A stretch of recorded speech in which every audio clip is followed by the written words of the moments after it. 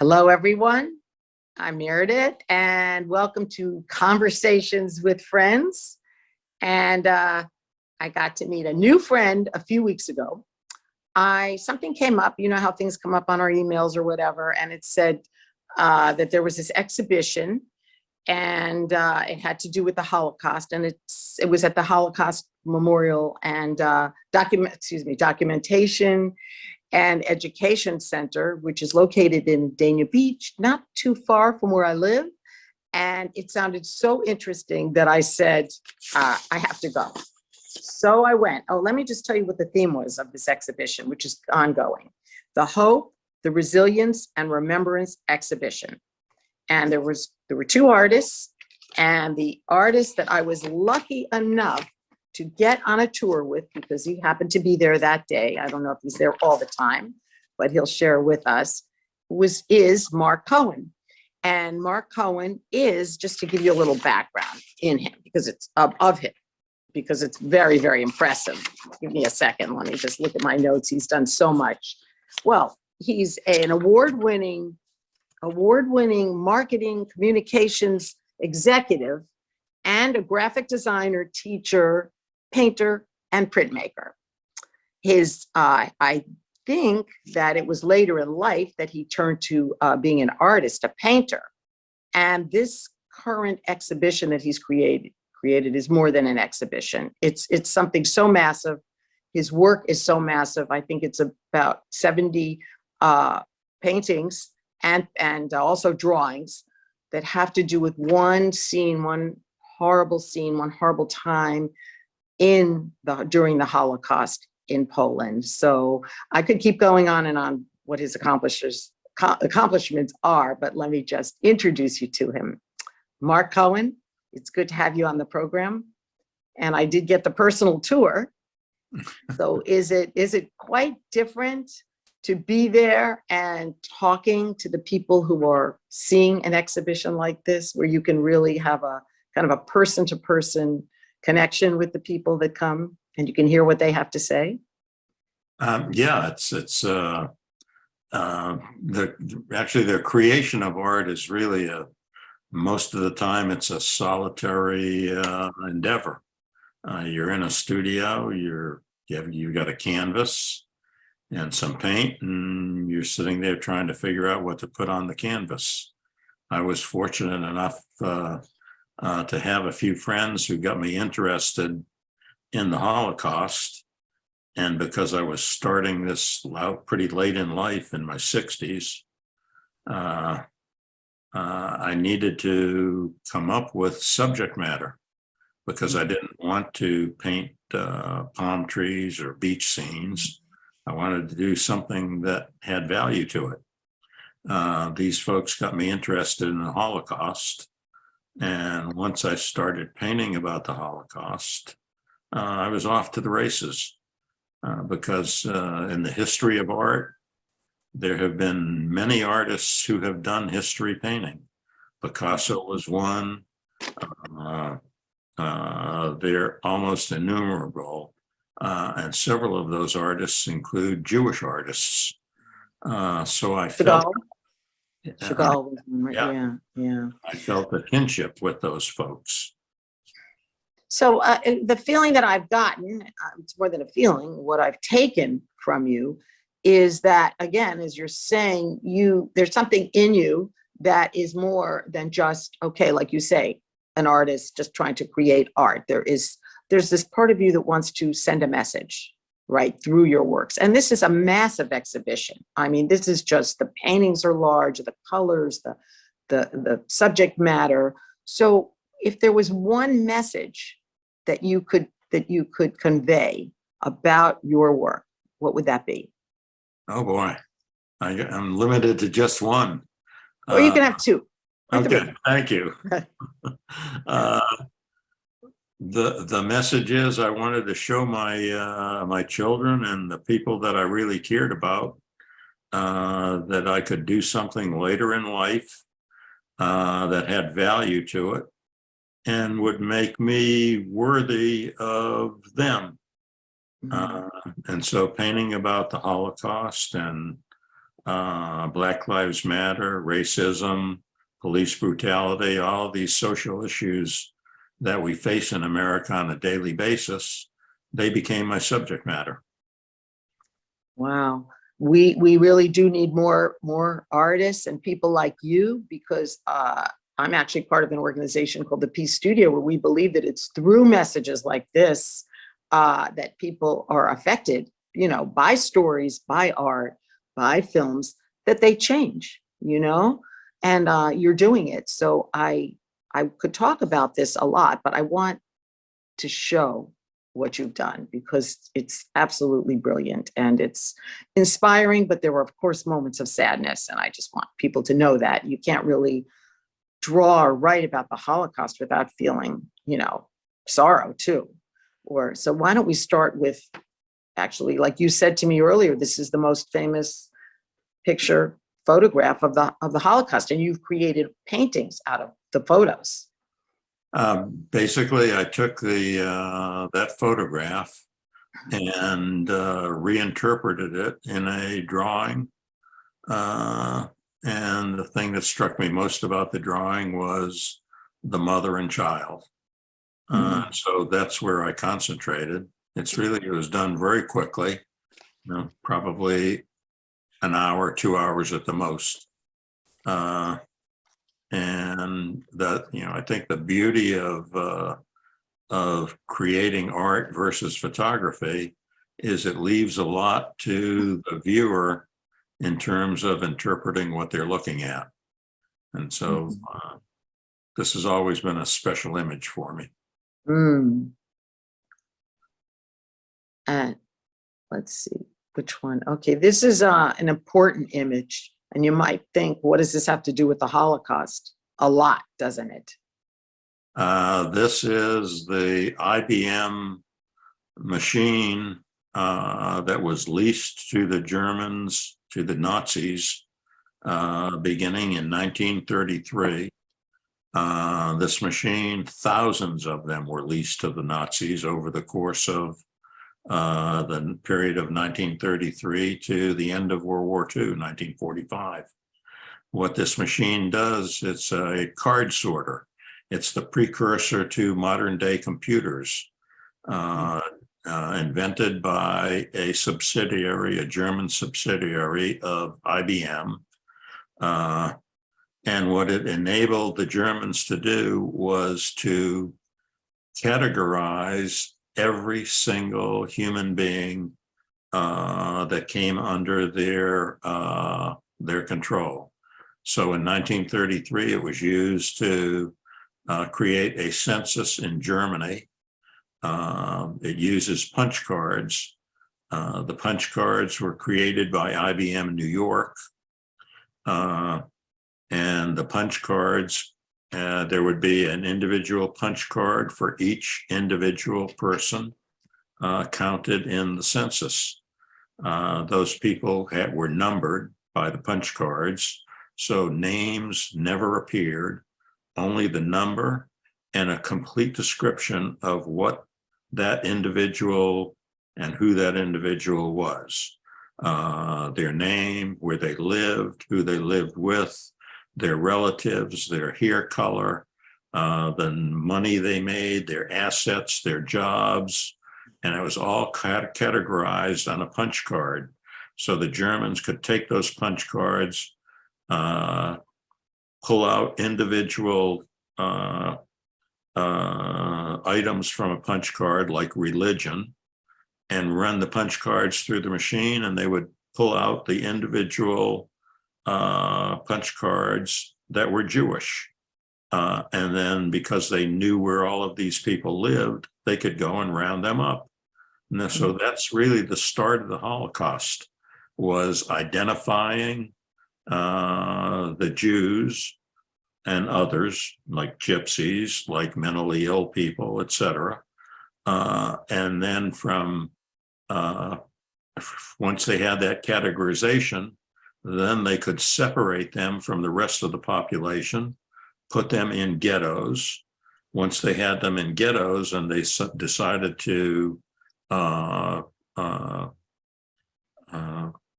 do what was termed the final solution.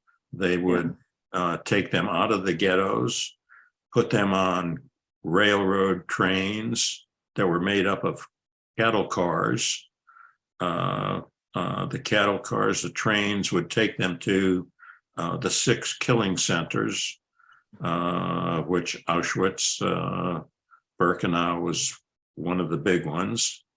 And there they would be disposed of, whether into the concentration camp to be used as slave labor, or directly to go into the gas chambers and be murdered. I really never understood this story until now, but I just want to say one thing, or I think you mentioned, but IBM actually did know that what they were going to be used for, right? I mean, they didn't know that they were necessarily going to kill everybody, right? But they did have an idea of what the Germans were doing. They knew so everything. Would you say they knew everything? They knew everything. They did. And you asked the question of why. The answer was simple. IBM was the world's most successful company. The only thing that they considered was profitability. And they were making huge profits from the Nazis by using these machines, creating these punch cards. That's all documented in this book, IBM and the Holocaust, that was written by Edwin Black in roughly 2000. The book was completely denied by IBM for years. Finally, because the book was so meticulously researched, and the Germans, if they were good at one thing, it was completely documenting everything that they did. And so Edwin Black was able to totally document what they did, which was murder. So Thousands and hundreds of thousands and millions. How many? 6 million Jews and others too, like you said. What is this image right here? This is based on a photograph in the Auschwitz-Birkenau forest. So when the trains would come into Auschwitz and the people would be disembarked from the cattle cars, and these cattle cars, if you can imagine it, they had no windows, no bathrooms, nothing. It was literally a cattle car. They would cram between 100 and 250 people into each one of these cattle cars. So there was no room to even sit down. You're basically stood up like sardines in a can, and you're in that railroad car. The average train trip on these railroads was 4 days, without food, without water, without facilities. They would be disembarked.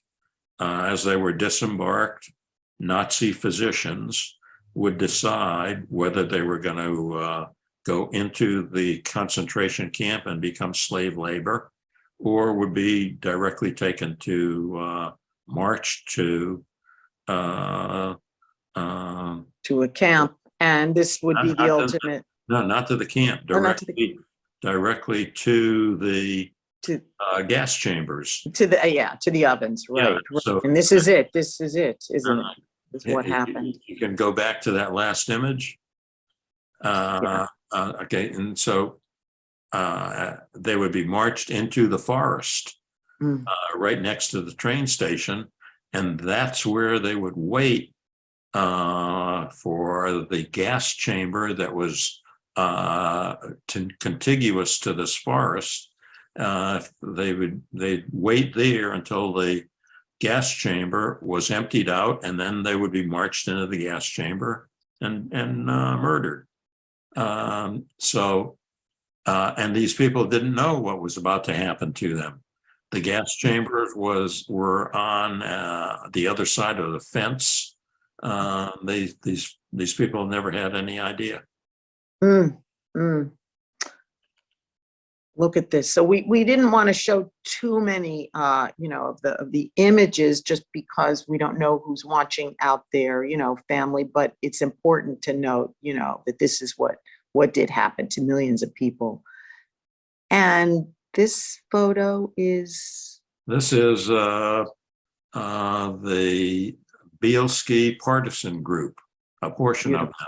Yeah. This is a group of Jews who saw what was coming. They're in Slovakia, I think Poland, and they were gathered by the Bielski family, and they went into the forests and swamps outside of Slovakia, where the Germans wouldn't go, and they literally became a group of more than 2,000 partisans who fought the Germans all through the war. It's interesting to me. There's always heroes, people that go out and, in the midst of just horrible things and really putting their lives on the line in some way. People that do something that can help and that can create change. And, do you feel in a sense, I mean, you're not, I'm saying fighting any battles or anything, but do you feel in a way that through your work and by telling the story that you're able to maybe awaken people to the horrors of the world, and that to me, it's like we all need to stand up in some way of whatever we do against evil, against bad things. Boy, I think there's value to this this stuff, because I think anything that makes it harder for people to say that the Holocaust never happened has value. And I think anything that points out this ultimate example of anti-Semitism has value in the society that we live in today, because right here in our own country, we see example after example after example of anti-Semitism. If you're Jewish and you're alive, I would be willing to bet you've had your own anti-Semitic experiences in your lifetime. I personally did as a child, or a little older. Something happened in my neighborhood. And I grew up in this kind of a bubble. You thought everybody was friends of all religions and everything was fine. And then something came out, and the Jews were attacked, not physically, but in terms of with messages. So, you do. And I think that's why so many Jewish people not so many, but enough, have become activists for others, like Blacks and other people. They're the ones who have really done a lot in terms of the civil rights movement. And you had said that you feel that same way, that you're working with Black Lives Matter. And so in a way, do you think that's what has to happen when people do have to see things that aren't right? I mean, we can't just ignore it. But then is that next step, what is it? What can I do? And it might just be, to me, sometimes it's about just not accepting that when someone says that, or something that's. You just hit the nail on the head. When you see it, I think you have to call it out for what it is. Mm-hmm. Yeah. And I think that has an effect on people. And, people might think, well, what can I do, right, in this world of so much, really just so much beyond negativity, so much hatred, so much anger. But do we all have a responsibility to really at least speak out or do something? I know, I just shared something with the synagogue I just went out with, and to the rabbi and the minister from a Black church in Miami. They've become very good friends, and they've decided that the way to help heal is to come together. And so 1 month, I don't know how often they're doing this, the members of the Black church go to the synagogue, and then another time, and I got to go a few nights ago. We went to the Black church. It's a gigantic church. It's like 7,000 congregants, in West in Miami Gardens, a beautiful church, beautiful congregation. And the whole idea was that if you get to know people, you will feel love for them. And everybody was hugging everybody, even with COVID, in the COVID time, people had their masks on, a lot of them, hugging each other, meeting each other. And you might think, well, what can this do? Would you say that the idea is, though, that the more you pay it forward and the more you do things like this, the more others will also, jump on this idea of just, we all can do something. I think you're on to what has to happen. I think probably the most important thing for us here in Florida is education, is speaking out against a governor who wants to ban books. Mm-hmm. It's a governor who doesn't want to have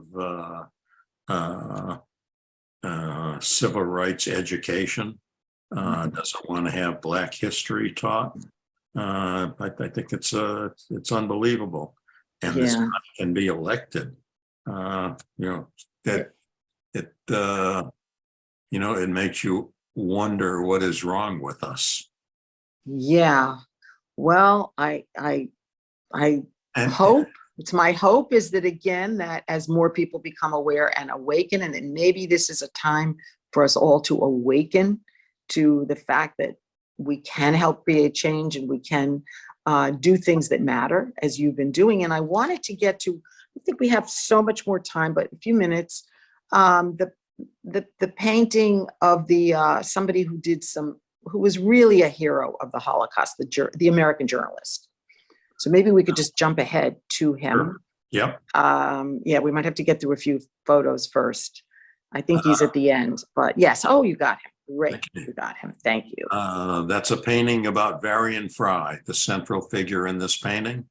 Varian Fry was a young journalist, American journalist, a Protestant, who in the early 1930s went to Germany and saw what was happening. And so he came back to America, started speaking out against what the Germans were doing, and helped form the American, or the Emergency Rescue Committee, which consisted of basically him and a few other influential Americans, including the first executive director of the Museum of Modern Art, and Eleanor Roosevelt, President Roosevelt's wife. They supported the Emergency Rescue Committee. He was given $3,000 and told to go to occupied France and rescue Jewish artists and Jewish intellectuals, teachers, writers. So he went to Marseille, right on the Mediterranean Sea. It was part of the Vichy government, which was the French government that was considered part of the German occupation. And he secretly managed to smuggle, in 18 months, over 2,000 artists out of France by sea, by foot through the mountains into Lebanon, where they would go to London, and eventually most of them came to America. So some of the artists pictured in here are Jacques Lipschitz, Jewish sculptor, Marc Chagall, Jewish painter, Hans Nemeth, a photographer, Jean Arc, Marcel Duchamp, and after 18 months, the Germans finally got so incensed with him that they deported him out of the country. So he was the first American citizen to be given the Yad Vashem memorial by Israel. So that was the Christian heroes, right? That were not Jewish, that really did, Yes. I mean, these are acts of greatness to me. These are just beyond, doing something good. Someone that is just almost called upon, and maybe they don't even know it. They just do it, right? They just do it because it's they have the courage. They take a risk in their life, and he is definitely one of those people. And I think there were actually a lot more people than we even realize that just take on something because in their hearts. Well, and I think that you said something. Just about think the heart. about all the people who sheltered Jews during World War II. And Anne Frank is the big story that we all know about, that was sheltered her entire family until they were finally discovered. Yeah. And what was her main message? I was just there a few years ago. I'm back again. I've been there before in Amsterdam, but it's really about, she still believes in goodness in the world, despite, what was happening. And yes, of course, what happened to her, maybe she knew or she didn't know, but she knew that it was very possible that she'd be gone, that she would be, taken away. Yeah, I wanted to read one thing that you have said that I remember reading, that you said that you painted. And again, for people that maybe just tuned in or something, these are all paintings that you've done. These aren't photos. You've heavily researched photos, and then you've painted from these photos, right? This is right here is just a section of a 9-foot by 18-foot really charcoal drawing of the liberation of Auschwitz by the Russians in 1945, and the Russians basically saved, I think it was like either 4,000 or 7,000 children when they liberated that camp. Well, that says something really good, Yeah, this is one of my favorite images. Oh, this is great. This is great. The high school boys, and I superimpose the cloth Jewish star that Jews had to wear, identifying them as Jews, and it just raised the question to me with because 15 or 1.5 million children were murdered by the Nazis, Jewish children. And so the thought that came to my mind was how many Louis Brandeis's, Jonas Salks, Albert Einstein's, George Gershwin's, and Martin Buber's were lost because of the murder of those 1.5 million children. We probably would have had a cure of cancer by now if those 1.5 million kids survived. Yeah, and the ones that you've just mentioned, how many Albert Einsteins, not everybody, of course, everybody, I'm sure know Einstein, but Louis Brandeis. I mean, these are Martin Buber, the great philosopher, writer.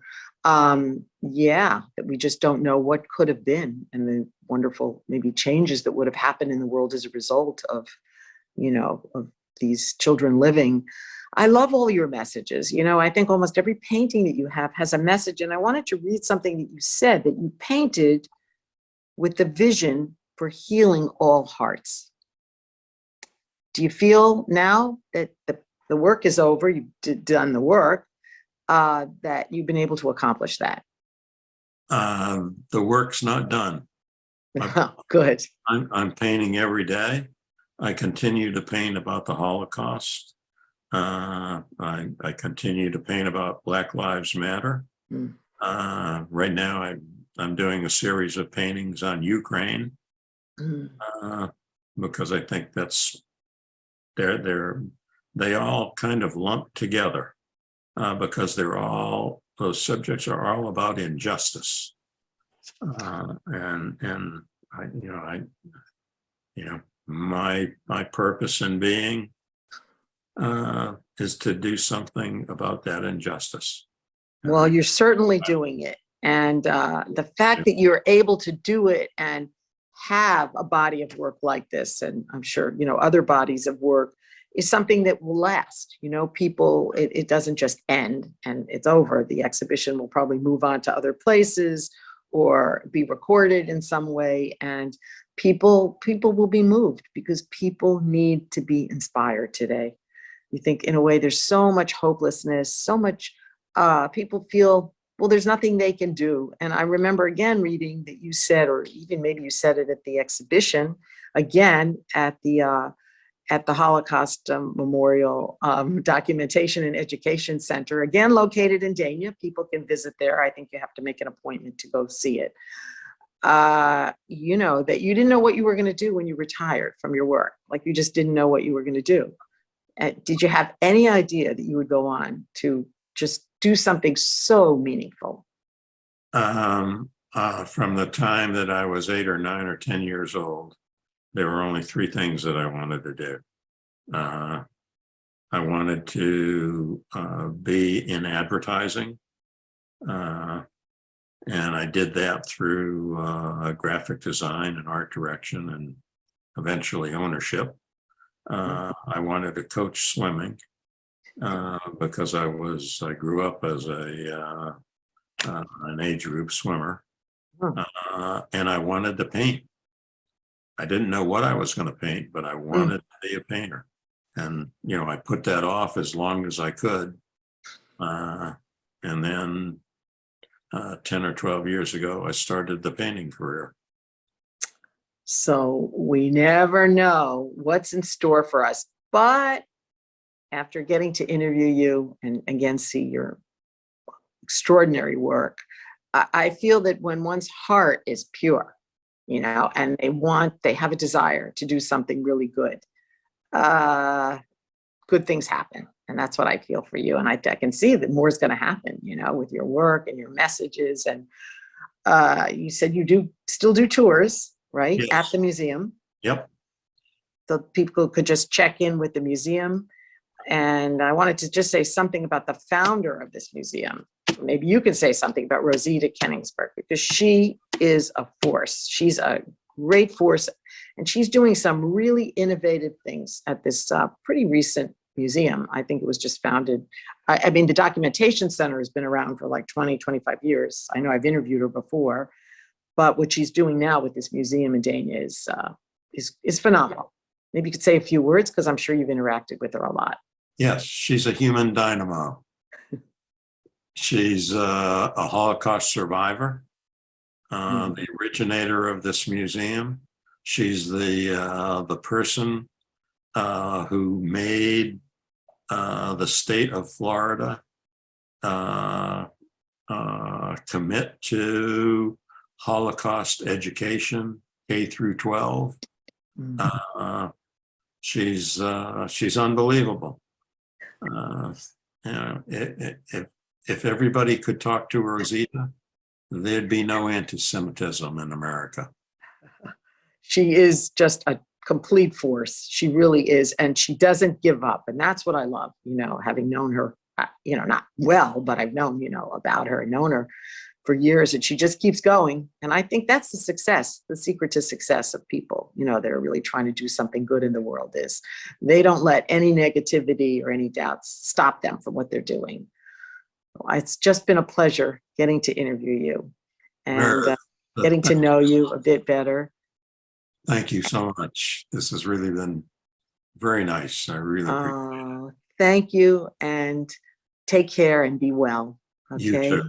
Thank you so much. Okay. Bye-bye. Bye.